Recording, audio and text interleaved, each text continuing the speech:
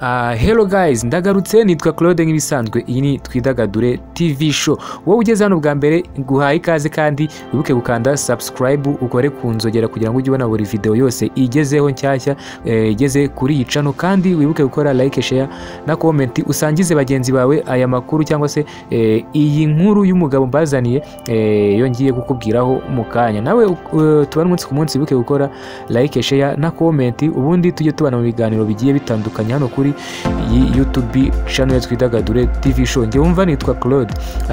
Umukinnyi w'icyamamare mu mafilime y'Abahinde Bollywood yamenyekanye cyane rero kubera imbaraga ze, imiterere myiza n'uruhare rwe mu mafilime y'ubutwari n'akazi ka polisi.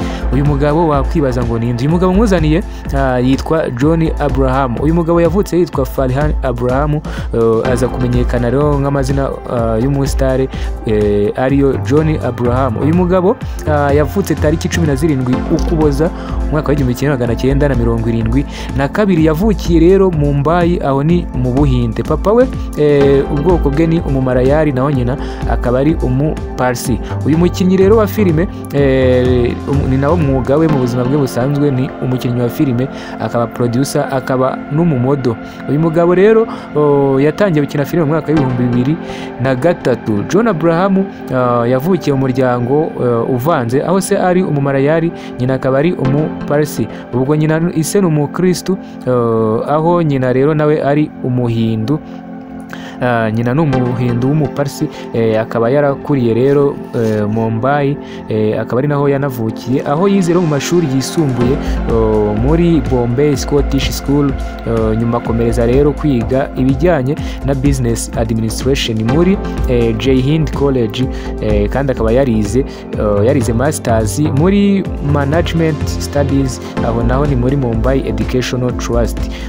Uko rero yinjiye muri uyu mwuga cyangwa se mu mwuga we yahereyemo w'ubumodo wo kumodaringa, John Abraham yatangiye kumenyekana nk'umunyamideli mbere y'uko yinjira muri sinema y'Ubuhinde. Yatsindiye rero amarushanwa yo kumurika imideli arimo n'irya Gladrax Manhunt Contest.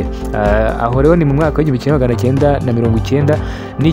Ibyo rero byamuhesheje amahirwe yo gukorera muri Singapore, London, Hong Kong, ndetse anamenyekana rero nk'umunyamideli mpuzamahanga kubera iryo rushanwa yaratwaye rya Gladrax Manhunt.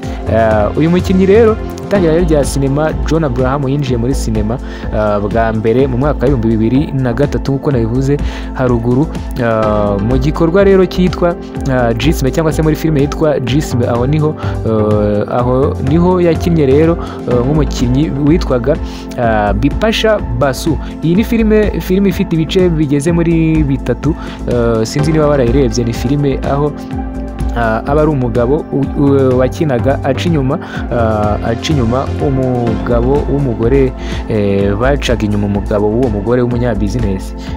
Iyi filime rero aho yakinnye yitwa Basha cyangwa se Bipasha Basu. Nubwo atari filime rero ya action, ariko yatumye amenyekana cyane kubera uburyo yitwaye neza n'imiterere ye myiza, dore ko ari mu basore beza mu Buhinde. Isura ye ndetse kuba yarateruye icyuma, akaba umusore uri fiti uteye neza. Ibi nabyo byamuhesheje amahirwe yo kuba icyamamare, by'umwihariko muri sinema kuri abakina ari umu acteur cyangwa se umu actor. Uyu mugabo rero filime zatumye amenyekana cyangwa se zamamaye yakinnyemo, ku mwanya wa mbere filime nakuzaniye yatumye amenyekana ni yitwa Doom yakinnyemo, akaba ari filime yasohotse mu mwaka wa 2004. Yakinnye rero ari umujura w'amayeri menshi, dore ko iyi filime yamuhesheje izina rikomeye muri Bollywood. Ku mwanya wa kabiri filime yamuhesheje rero kumenyekana cyangwa se yamuhesheje ubwamamare ni yitwa Garam Masala, nayo ikaba yasohotse mu mwaka wa 2005. Ni filime y'urwenya yamuhesheje rero cyangwa se yamuhuje n'umukinnyi w'icyamamare witwa Akshay Kumar, cyangwa se bamwe bamwita Akshay Kumar. Uyu mugabo indi filime yagaragayemo yamuhesheje rero kumugira icyamamare ni yitwa Garam sorry, ni iyitwa Water. Iyi yitwa Water nayo yakinnye rero muri uyu mwaka wa 2005, ikaba ari filime yagaragaye no muri Oscar, yatwaye igihembo cya Oscar ndetse yerekanaga ubuzima bw'abapfakazi mu Buhinde. Yakinnye inkuru y'ubuzima bw'abapfakazi mu Buhinde. Ku mwanya wa 4 haza iyitwa New York.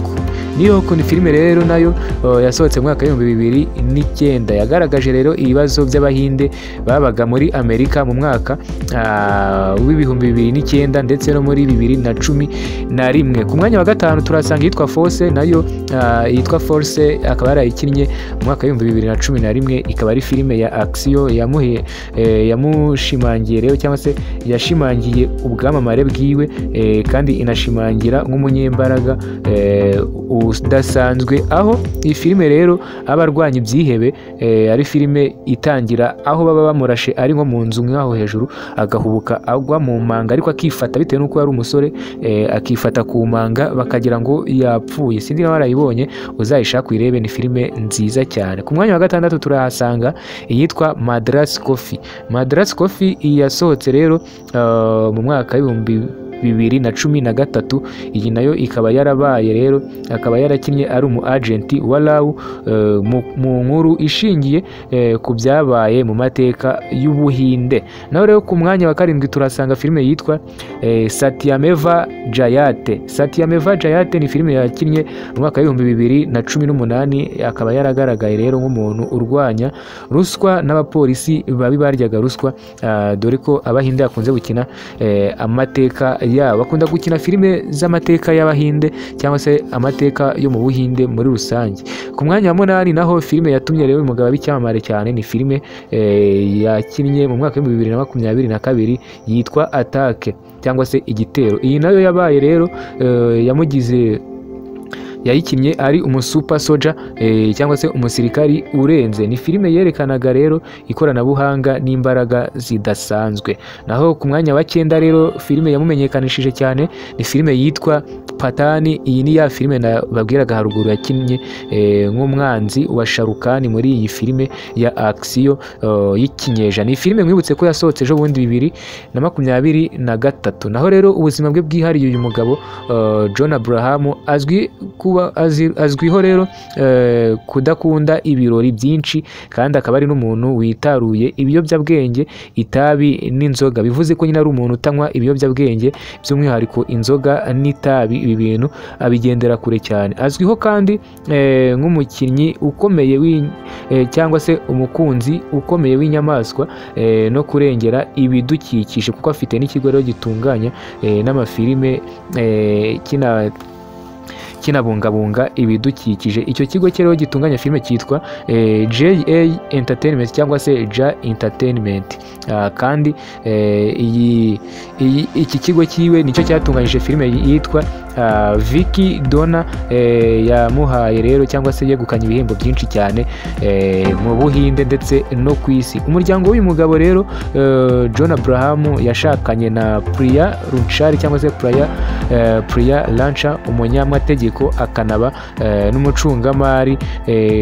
Ahangaha yatangiye cyangwa se yabaye uyu munyamategeko akaba n'umucungamari mu mwaka wa 2014. Ntabwo ari umuntu rero ukunda gushyira ubuzima bwe ahagaragara cyangwa se ku mugaragaro cyane, ni umugabo ubaho mu ibanga. Naho umusozo w'iyi nkuru yacu, John Abraham ni umuntu umwe mu bakinnyi ba filime bafite imyitwarire myiza kandi ufite uruhare runini mu iterambere rya sinema ya Bollywood no mu Buhinde muri rusange. Uretse gukina rero, ni umuntu w'indashyikirwa mu gukoresha umwuga we neza no guteza imbere imibereho myiza n'iterambere muri rusange. Uyu mugabo urumva ko wamwigiraho byinshi, kuba wamumenyaho ibimuranga. Ari umuntu udakunda ibiyobyabwenge, kandi abantu iyo bamaze kwamamara kenshi usanga bijandika mu biyobyabwenge, ariko uyu mugabo abigendera kure cyane, ntabwo aba ashaka kwihuza nabyo. Ibirori nabyo ni ibintu adakozwa.